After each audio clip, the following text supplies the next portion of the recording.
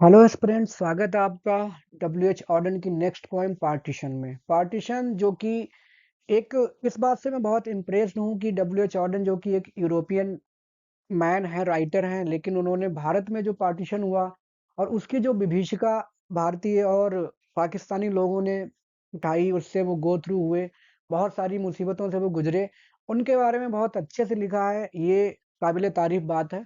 तो पार्टीशन का मतलब जो इंडिया का ओवरऑल उस समय, क्योंकि इंडिया ही भारत एक देश था, उसका जो पार्टीशन हुआ था 1947 में, उस पर ये पोएम लिखी गई है। पब्लिश हुई थी ये पोएम 1969 में। उनका एक पोएट्री कलेक्शन आया था, सिटी विदाउट विदाउट वॉल्स।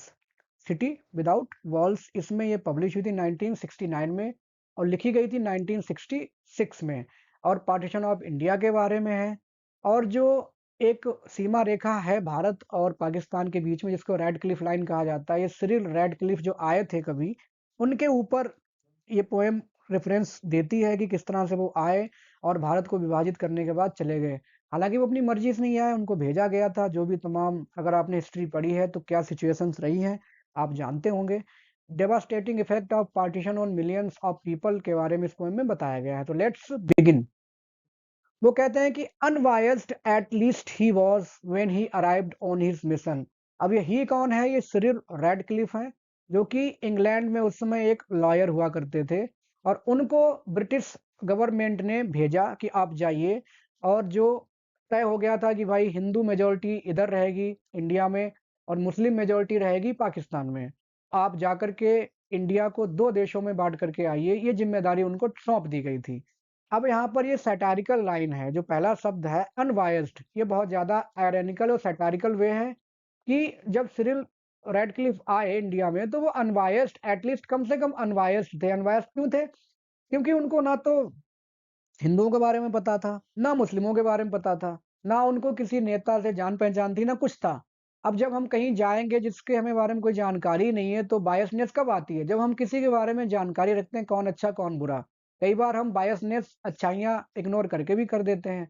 अब वो, उनको कुछ पता ही नहीं था कौन कैसा है, तो इस मामले में वो अनबायस्ड थे पूरी तरह से। कह सकते हैं कि वो अपने निष्पक्ष थे। निष्पक्ष होने की वजह यही थी कि वो किसी को जानते ही नहीं थे जो किसी का पक्ष ले पाते। तो जब वो अपने मिशन पे आए, मिशन क्या था? To divide India in two countries. Having never set eyes on the land he was called to partition. इसके अलावा कभी भी उन्होंने देश इंडिया को देखा ही नहीं था। He was just bestowed upon the with the work upon dividing India. तो जब वो आए तो कभी इस देश के बारे में, इस जमीन के बारे में कुछ जानते नहीं थे। उनको बस काम दिया गया, वो आ गए। Between two peoples fanatically at odds. Peoples का मतलब यहाँ पे क्या है? दो राष्ट्र, भारत और पाकिस्तान की बात हो रही है।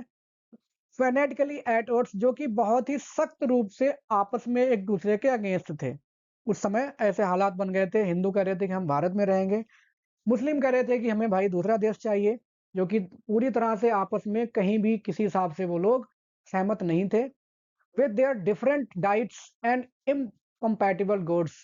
वास्तव में हिंदू मुस्लिमों का डाइट भी कुछ डिफरेंट रहती है कुछ मामलों में। और इनकम्पैटिबल गॉड्स, भगवान का भी अलग अलग मानना है, उनके धर्म अलग है। इस्लाम हिंदुओं का अलग है। दोनों अपने विचार से कई बार कुछ क्लैशेस भी होते हैं धार्मिक। खैर उन बातों पे मैं आगे नहीं, ज़्यादा नहीं जाऊंगा, वो आप जानते हैं। Time they had briefed him in London. जब वो निकले वहां से, दे कौन है? British officers. उन्होंने उनको बता दिया था कि जो समय है आपके पास वो बहुत कम है। आप जाइए, ये काम कंप्लीट करके आइए, बहुत कम समय आपके पास है। इट्स शॉर्ट, बहुत कम है। It's too late for mutual reconciliation और रेशनल डिबेट।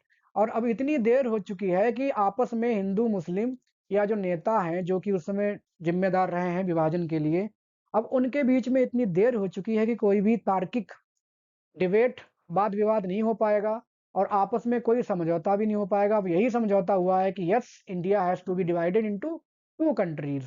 यही एक काम है जो आपको करके आना है और टाइम बहुत कम है। The only solution now lies in separation. एकमात्र रास्ता बचा है, वो क्या है? India should be divided in Bharat and Pakistan. The viceroy thinks, viceroy जो कि अंग्रेजों के हुआ करते थे, निर्वाचित यहाँ पर नियुक्त अपने इंडिया में। तो उनको कहा गया कि as you will see from his letter, जो कि उनके लेटर से पता चलता था, that less you are seen in his company the better. You किसके लिए कहा जा रहा है? रेड क्लिफ के लिए, कि आप जाइए और आप वायसराय से बिल्कुल नहीं मिलेंगे, क्योंकि जितना आप कम रहेंगे उसके साथ उतना ही आपके लिए अच्छा रहेगा। अगर आप वायसराय के साथ रहे तो वायसराय की फीलिंग्स के हिसाब से आपको माना जाएगा कि आप किसी न किसी या हिंदू या मुस्लिमों के पक्ष में पहुंच गए हो। तो आपको अपने व्यवहार से ऐसा नहीं दिखाना है कि आप किसी का पक्ष ले रहे हैं, आपको दूर रहना है वायसराय से। So we have arrange to provide you with other accommodation. इसलिए सिरिल रैडक्लिफ को एकदम एक अलग तनहा घर में रखा गया था, जहाँ कोई और नहीं रहता था, वो अकेले रहते थे अपने उस काम को करने के लिए जो उनको दिया गया था, डिवाइड करने का, बाउंड्री निर्धारित करने का। वी कैन गिव यू 4 जज, 2 मुस्लिम्स एंड 2 हिंदू। हम आपको 4 जज दे देंगे, जिसमें 2 मुस्लिम होंगे, 2 हिंदू होंगे, और वो आपको बताएंगे कि क्या होना है, क्या अच्छा, क्या खराब। लेकिन टू कंसल्ट विद, आपको बस कंसल्ट करना है, but the final decision must rest with you.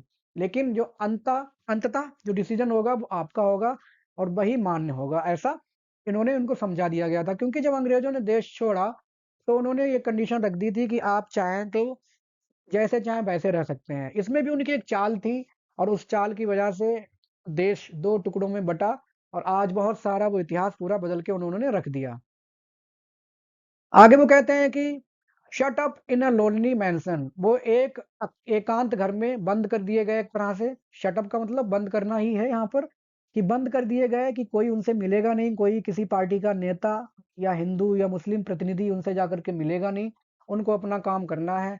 इसके अलावा with police night and day, police के जवान लगा दिए गए, कांस्टेबल्स लगा दिए गए उनके सुरक्षा में दिन रात, कि कोई आकर के patrolling the gardens to keep the assassins away, कि कोई आकर के उनका असैसिन ना, मतलब आक्रमण करके उनको मार ना दे। क्योंकि जाहिर सी बात है ये काम बहुत ज़्यादा लोगों की भावनाओं को, जिंदगियों को बदलने वाला था, तो किसी को गुस्सा आ जाए, कोई ऐसा ना कर दे, तो इसलिए जवान पुलिस के जो पुलिसमैन थे लगा दिए गए कि आप जाइए और उनकी सुरक्षा कीजिए। He got down to work, अपने काम पे लग गए, to the task of setting the fate of millions, मतलब लाखों लोगों का जो भाग्य था निर्धारित करने के लिए वो लग गए। क्योंकि जब डिवीजन हुआ तो वास्तव में लोगों की किस्मत बदल गई। कुछ किस्मत क्या बदल क्या गई, बहुत ज़्यादा बुरा प्रभाव पड़ा कुछ लोगों पर, बहुत सारे लोग मारे गए, और बहुत सारे लोगों ने क्या-क्या ध्वंस झेला है वो तो उसी समय लोगों को अच्छे से पता होगा, हम तो इतिहास में बहुत कम पढ़ पाते हैं। The maps at his disposal were out of date, जो मैप उनको दिया गया था कि आपको ऐसी ऐसी बाउंड्री बनानी है, डिस्पोजल मतलब उनके पास जो दिया गया था, वर आउट ऑफ डेट, वो पुराना हो चुका था। एंड द सेंसस रिटर्न्स, और जो जनसांख्यिकी जो जनगणना वाला जो आंकड़े थे उनको दिए गए थे, ऑलमोस्ट सर्टेनली इनकरेक्ट, वो भी पूरी तरह से इनकरेक्ट थे। उनको नहीं पता था किस एरिया में कितने हिंदू, कितने मुस्लिम, कहाँ कौन कैसा क्या रह रहा है, उनको कुछ नहीं पता था। But there was no time to check them, लेकिन समय भी नहीं था उनके पास कि वो उनको चेक करते कि कौन सा रिकॉर्ड सही है, ये समय उनको दिया नहीं गया था। नो टाइम टू इंस्पेक्ट, और ना ही उनको ये निरीक्षण करने का टाइम दिया गया। द कंटेस्टेड एरियाज, कुछ ऐसे एरिया थे उस बाउंड्री के आसपास, बॉर्डर के आसपास, जिन पर विवाद चल रहा था, जो कि कश्मीर है, कुछ और एरिया थे, और उनको देखने का भी उनको टाइम नहीं दिया गया कि कैसे एरिया हैं, क्या उनका विवाद का सोल्यूशन क्या हो सकता है, कुछ नहीं। उनसे बस कहा गया कि आप जाइए और एक बॉर्डर बना के आ जाइए। द वेदर वॉज फ्राइटफुली हॉट, मौसम यहाँ का बहुत ज़्यादा गर्म था, क्योंकि जाहिर सी बात है अगस्त में डिवीज़न हुआ है। अगस्त, जून, जुलाई, अगस्त में गर्मी होती है, प्लस जो यूरोपियन कंट्रीज़ के लोग हैं जब यहाँ आते हैं तो उनको वैसे ही गर्मी ज़्यादा लगती है, क्योंकि वो ठंडे प्रदेश से आए हुए होते हैं। इनको गर्मी लग गई, गर्मी लगने से क्या हुआ, एंड बाउट ऑफ डायसेंट्री, उनको डायरिया हो गया। अब डायरिया आप जानते हैं कितनी परेशानी करने वाली चीज़ है। Kept him constantly on the trout, और ट्रॉट का मतलब क्या है, जैसे नहीं कहते हैं भागना, वो लगातार बाथरूम जाया करते थे दौड़ दौड़ के, फिर से अपने काम में लग जाते थे। तो डायरिया से पीड़ित होते हुए भी उन्होंने अपना काम किया। But in 7 weeks it was done, और फिर भी उनको 7 वीक्स, 7 सप्ताह लग गए इस काम को करने में। द फ्रंटियर्स डिसाइडेड, और जो बाउंड्री थी, बॉर्डर्स थे, वो डिसाइड करने में उनको 7 सप्ताह लगे। अ कॉन्टिनेंट फॉर बेटर और वर्स डिवाइडेड, अब कॉन्टिनेंट जो था एक, कह सकते हैं कि महाद्वीप का उपमहाद्वीप, जो कि डिवाइड कर दिया गया।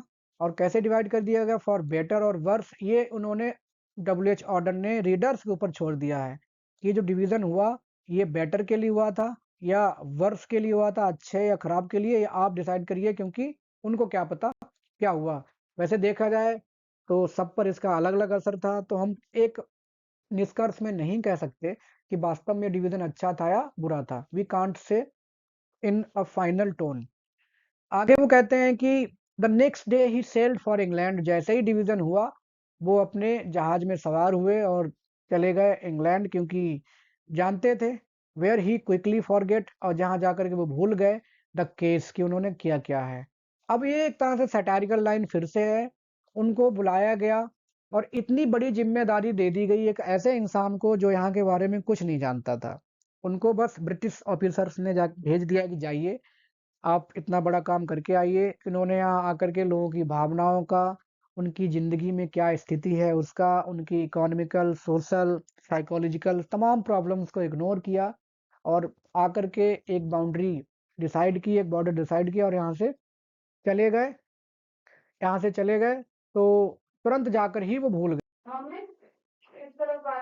The case as a good lawyer must, एक ऐसे वकील की तरह जो एक केस निपटा देता है, तुरंत अपने दूसरे केस पे चला जाता है, क्योंकि उसे उसके रिजल्ट से फर्क नहीं पड़ता, उसे बस अपने केस से मतलब होता है। वो आए, एक केस निपटाया और यहाँ से चले गए। रिटर्न ही वुड नॉट, वापस वो नहीं लौटेंगे ये उनको पता था, क्योंकि अगर वापस लौटे, डरे हुए थे, अगर वापस लौटे, ही टोल्ड हिज क्लब, जो उन्होंने जाकर अपने क्लब में दोस्तों को बताया, that he might get shot, तो हो सकता है कि वो मार दिए जाएं या उनकी हत्या कर दी जाए यहाँ पर, क्योंकि जाहिर सी बात है तमाम लोगों की जिंदगियों में बदलाव हुआ है उस डिवीजन से। इसमें वो जिम्मेदार नहीं है भाई, जिम्मेदारी उनको दी गई थी और वो हालात बने थे, वो हालात यहीं पे बने थे। इसमें सिर्फ रेड क्लिफ अकेले जिम्मेदार नहीं है, जिम्मेदार पूरा सिस्टम और पूरा जो इतिहास भरा पड़ा है तमाम फैक्टर्स से, वो सब थे। लेकिन फिर भी उन्होंने इतना बड़ा काम आकर निपटाया। और यहाँ पर इस पॉइंट में ये बताने की कोशिश की है WH ऑर्डर ने कि देखिए किस तरह से एक ऐसे इंसान को बुला के अंग्रेजों ने वो काम करा दिया जिसको यहाँ की डेमोग्राफी का कुछ भी पता नहीं था, लोगों की भावनाओं का, किसी चीज का कोई उसने ध्यान नहीं रखा। उसने आया, अपना काम किया और चला गया। तो ये इतने बड़े काम को इतने हल्के तरीके से उन्होंने करा के निपटा दिया, जो कि एक तरह से इनसेंसिटिविटी थी, लोगों की भावनाओं से खिलवाड़ था। तो ये WH ऑर्डन का कहना है। ये था हिंदी सारांश इस पोएम का। उम्मीद है आपको ठीक लगा होगा। मिलते हैं किसी नेक्स्ट वीडियो में। You can like, subscribe, share if you wish.